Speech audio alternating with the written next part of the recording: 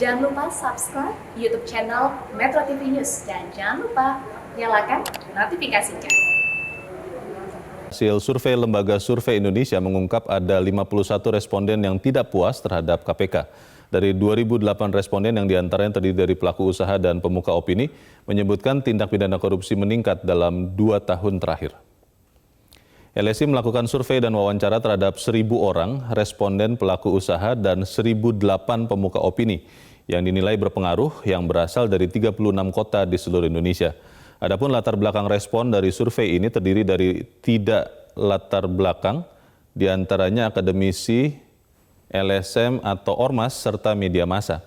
Dari survei terlihat persepsi para pelaku usaha dan pemuka opini bahwa persepsi tentang kejadian korupsi meningkat dalam waktu 2 tahun terakhir.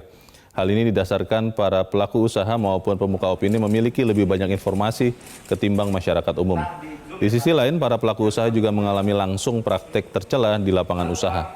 Direktur Eksekutif LSI Jayadi Hanan mengatakan survei dari pelaku usaha dan pemuka opini telah memperlihatkan respons negatif terhadap kinerja pemberantasan korupsi. Meski demikian, jika dibandingkan dengan lembaga negara lain sejenis, responden masih menyebut KPK sebagai lembaga yang paling efektif memberantas korupsi.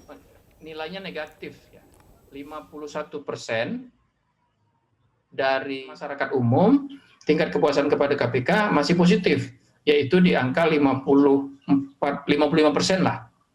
Meskipun tetap rendah kalau kita bandingkan dengan sebelum-sebelumnya, yang umumnya kita mendapati kepuasan terhadap KPK itu tinggi.